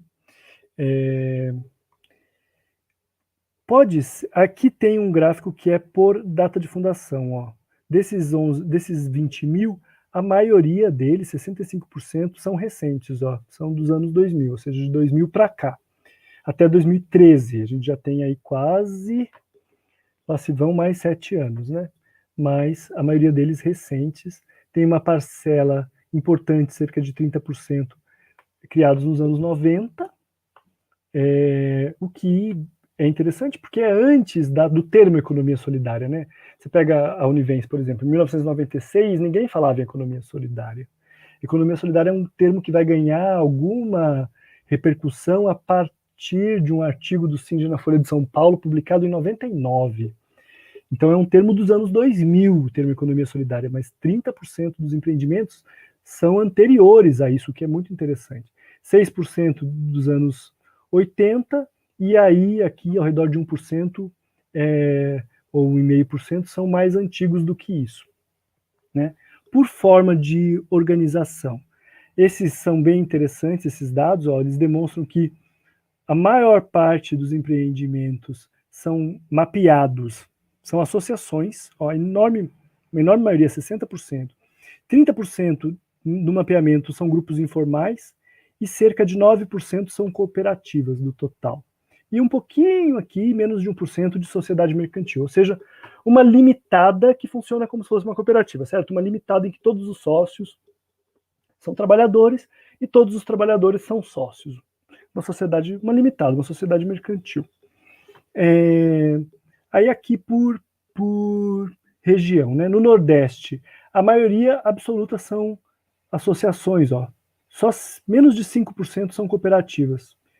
No caso do Sul já é bem diferente, é a região que tem mais cooperativas mesmo, com quase 20% do total, e muita associação também. Mas proporcionalmente é o que tem menos associação. E tem bastante grupo informal, o que, aliás, tem muito em todas as regiões. Né? No Sudeste, aqui, cerca de 10% como cooperativa e 40% como associação, e quase metade como grupo informal.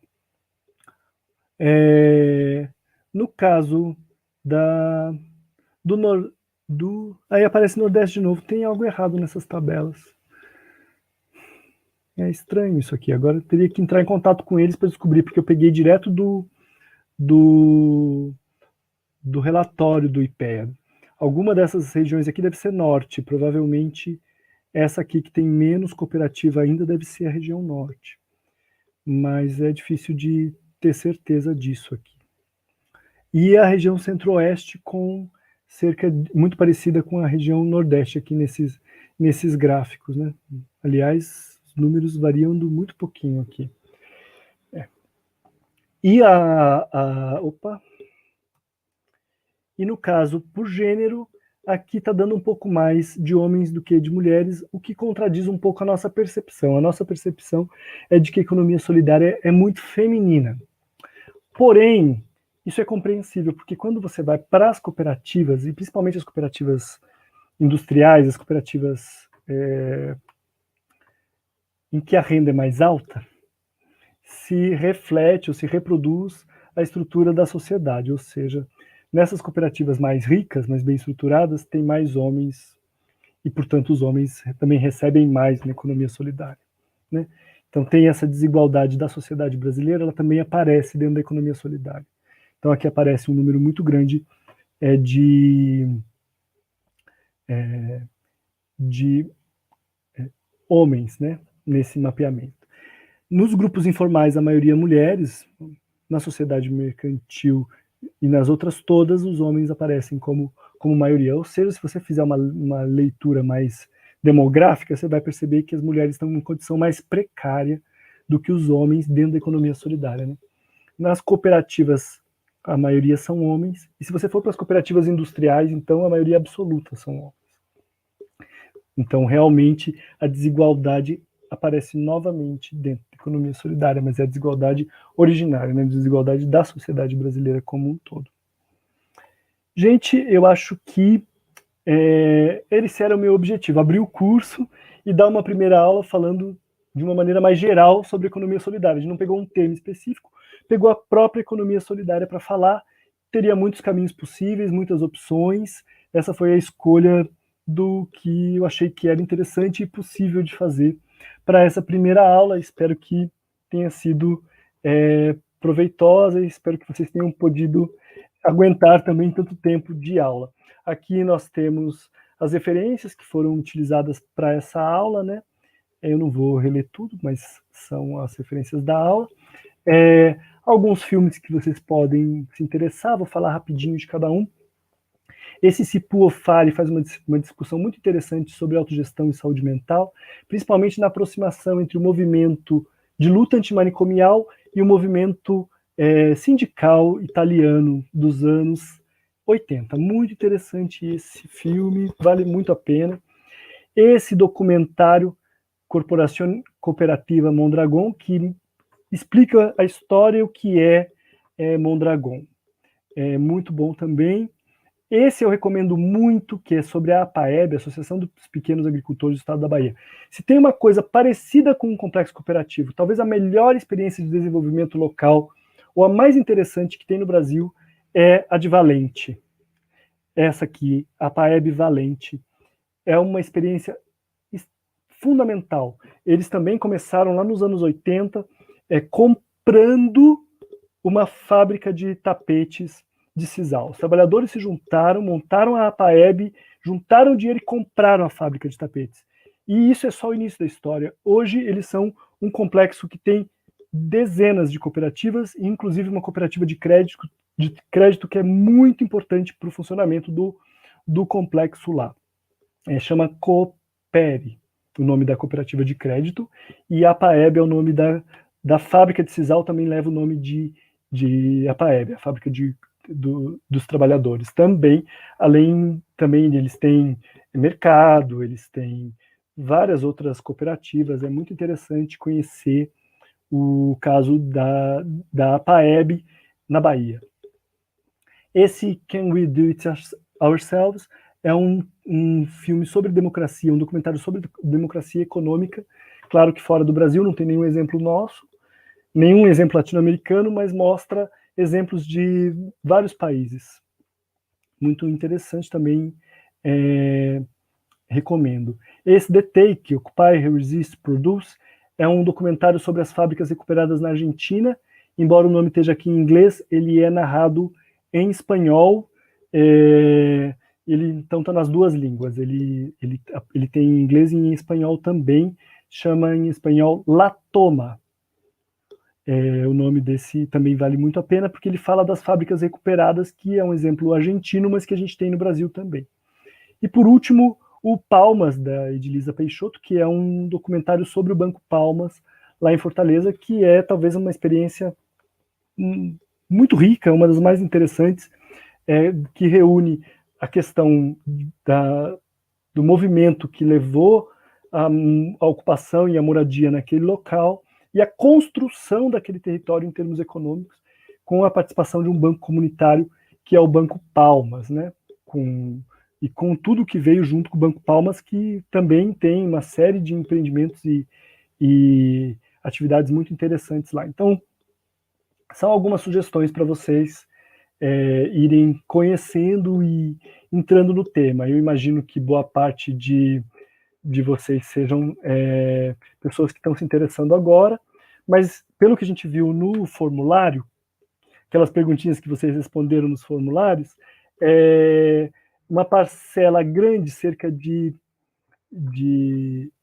20% dos inscritos, das pessoas que responderam aquele formulário, são trabalhadores de empreendimento de economia solidária. Então, muito bom, muito bem-vindos, fico muito feliz e orgulhoso, honrado com a presença de vocês aqui, espero que vocês aproveitem, que a gente possa junto também desenvolver. Eu acho que é difícil a participação entre nós, num regime de 400 pessoas, eu não sei quantas efetivamente assistindo, né? Eu não estou logado no WhatsApp, desculpa, no YouTube, mas não sei quantas estão assistindo, mas imagino que muitas, então fica difícil a gente participar e trocar, mas saiba que para mim é um orgulho ter a participação de trabalhadores da economia solidária aqui juntos. Eu espero que tenha sido interessante para uma primeira aula, para a gente começar a se conhecer. Deixa eu dar uma olhadinha nas questões. A gente tem mais aí 7 minutinhos. Tem alguns elogios, disponibiliza as referências dos livros. Então, gente, se vocês preencheram lá, eu tenho e-mail, eu mandei, já estou mandando, inclusive o link, já mandei o link da biblioteca eletrônica, para vocês terem acesso aos textos diretamente. Mas, com certeza, a referência a gente disponibiliza, eu posso depois colocar nos comentários da aula, para ficar nos comentários. Ou, eventualmente, eu vejo com a Rafaela da gente conseguir colocar na descrição do vídeo também algumas informações da aula lá, a gente pode fazer isso também.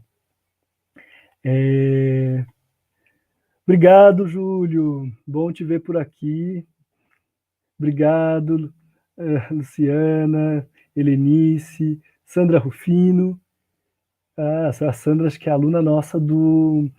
Tem outra Sandra Rufino, gente. Tem uma Sandra Rufino da Economia Solidária, mas eu acho que essa Sandra Rufino aqui é a Sandra que é aluna nossa no curso de especialização da Unifesp. Ou é a Sandra... Bem, não sei quem é. Obrigado, pessoal. O Newton está aqui também. Obrigado, Newton, pela participação. Filomena, que também é aluna da especialização lá. Dados, Zezé. Muito legal, pessoal. Como a aula vai ficar disponível, vamos ver como é que é essa questão. Algumas pessoas estão perguntando os slides das referências, a gente coloca depois no final. Gente, olha aqui, a Flasco, o João Ferrari fala da Flasco. A Flasco é um exemplo interessante de autogestão, que não foi cooperativa, né, não virou cooperativa, eles bancaram a condição de que eles querem ou queriam a estatização, né? Que é diferente da experiência argentina. A experiência argentina é de expropriação, eles lutam lá por expropriação. E aí, depois de expropriado, ou seja, de desapropriado, é repassado aquele meio de produção para a cooperativa, como uma concessão do Estado para a cooperativa. No caso da Flasco, eles queriam a estatização da fábrica, né? Pelo menos pelo que eu entendo da experiência da Flasco, espero não estar falando besteira. Mas com certeza uma condição de autogestão, de controle operário, uma condição de luta muito forte, difícil, né? Inclusive do ponto de vista trabalhista, legal, dos passivos, por conta da sucessão, muito difícil, mas com certeza uma experiência muito forte. Tem muitas no Brasil. Um dos primeiros casos de empresas recuperadas está nesse livrinho aqui, ó, Operários Sem Patrão, da UFSCar, custa R$7. Da Lorena Holzman. Esse conta a história da Fogões Valig. Os muito velhinhos devem lembrar dos fogões da Valig, mas a Valig fabricava outras coisas além de fogões. E os trabalhadores assumiram e montaram duas cooperativas, a Comec e a Cofund. E é uma das primeiras experiências, nos anos 80, 1982, a falência, 84, os trabalhadores criam as cooperativas, é uma das experiências pioneiras de fábrica recuperada na América Latina, né? Uma das primeiras experiências, muito, muito interessante. É isso, gente. Muito obrigado. Obrigado pela participação. Obrigado, Luciana, por todo o apoio. Obrigado, Rafaela, por todo o apoio também. Eu acho que ficamos por aqui. Fiquem em casa se puderem. Se não puderem, usem tudo o que é necessário para evitar a gente pegar esse negócio, que não é uma gripinha à toa. Não é. Infelizmente, na Unifesp, muitos colegas da medicina, da enfermagem, da área da saúde, tiveram a doença, alguns faleceram. Então, assim, fiquem em casa se puderem, se não puderem, se cuidem todos para a gente superar esse momento que nós estamos vivendo, e a gente tem que ter força para aguentar até o fim desse negócio. E estamos juntos para retomar. Eu sei que muitos de vocês nunca pararam, então para continuar na luta e retomar, colocar o debate da economia solidária no centro para a reconstrução econômica do Brasil. O Brasil precisa disso, a gente precisa reconstruir, e a economia solidária pode ser um elemento chave para essa reconstrução pós-pandemia, né? Então, é isso, fica o recado, e semana que vem estaremos aqui com a Giovana Milano, certo? Que vai ministrar a próxima aula.